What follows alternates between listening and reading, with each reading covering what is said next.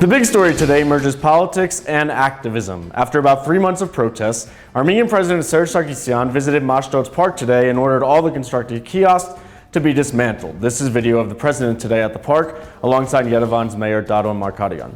The dispute between the city and the activists has been going on ever since workers began constructing kiosks in one of the few green spaces left in central Yerevan.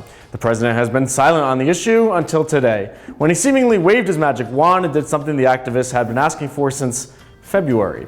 Many believe this is purely political 5 days before an election. It also raises questions about democratic processes. Counterpart International head of party Alex Sardar had this comment.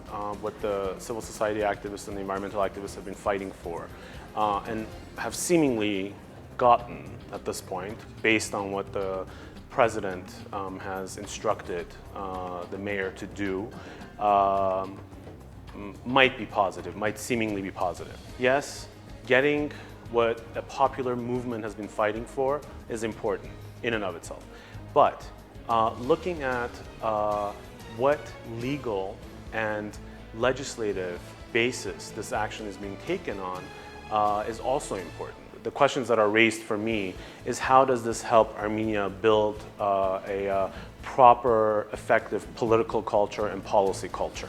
Yesterday, the president was in Gotay telling citizens to think well who they're voting for. May 5th is a non-political silent day. I advise you to think peacefully and see who promised you what and who made promises in general. The perception of those who make promises is not very good in Armenia. In the most recent survey by European Friends of Armenia, 64% of people said they did not trust political parties to keep their promises. In that same survey, unemployment was cited as the biggest problem in Armenia. The president has said that it is an important issue, but it will not be solved in a day, week, month, or year. The president has been Armenia's president for 4 years. Prosperous Armenia Party head Gagi Zarukyan has spoken about the jobs issues as well.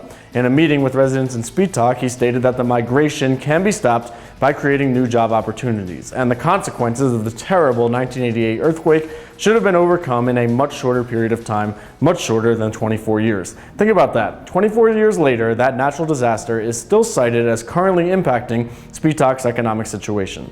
And to conclude, outside our window in Yerevan today in Freedom Square, the Heritage Party will be having a rally or a concert. Singers will include Haruchun Babuchyan, Ruben, and Ruben Hakvertian. We leave you with a look right now at Freedom Square.